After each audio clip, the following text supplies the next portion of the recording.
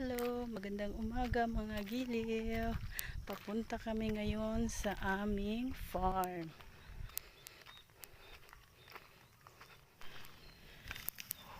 Alhamdulillah. Assalamualaikum, magandang araw mga giliw.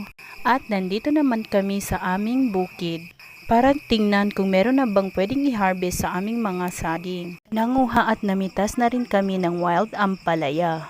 Masarap ito siya lutuing ginataan.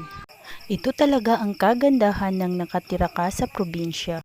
Libre mong makukuha ang mga gulay. Magtanim ka lang sa iyong mga paligid at may aanihin ka na pagdating ng araw. Wala pa palang pwedeng anihin sa aming mga saging at itong wild ampalaya na lang ang kinuha namin.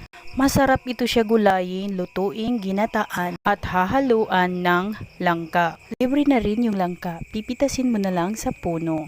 Sasahugan ng tuyong hipon. Libre na din yung makukuha sa kapitbahay. Samahan na lang din natin ng lamas para lalong sumarap ang ating ginataang gulay.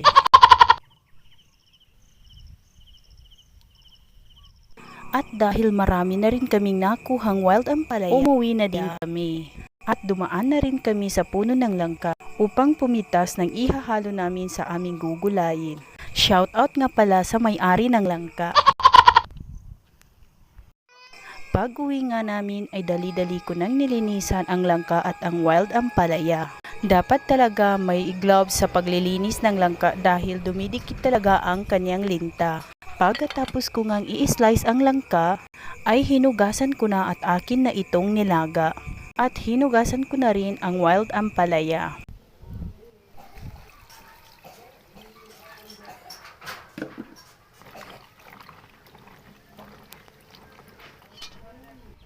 At nang kumulo na ang langka ay hinango ko na. Inalis ko ang naiwang tubig at hinalo ko na ang wild ampalaya. Nilagyan ko ng tanglad at ang pangalawang gata.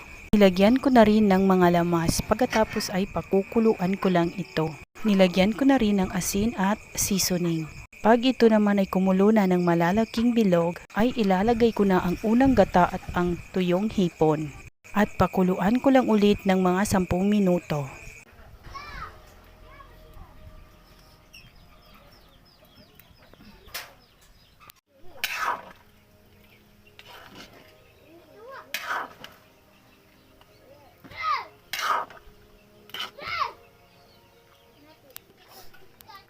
At luto na ang aking libreng ginataang gulay. Pwede na nating hanguin.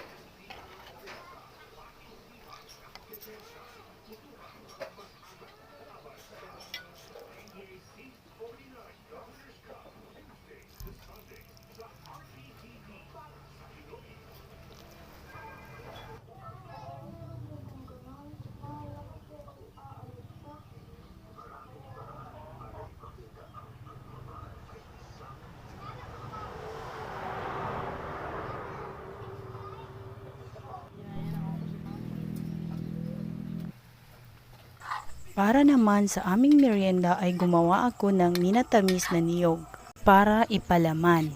Ang niluto ko namang papalaman na nito ay parang hotcake din. Ibabalot yun dito sa minatamis na niyog. At dito na po nagtatapos ang aking pagluluto. Salamat sa panonood. And don't forget to like, share, and follow po mga giliw.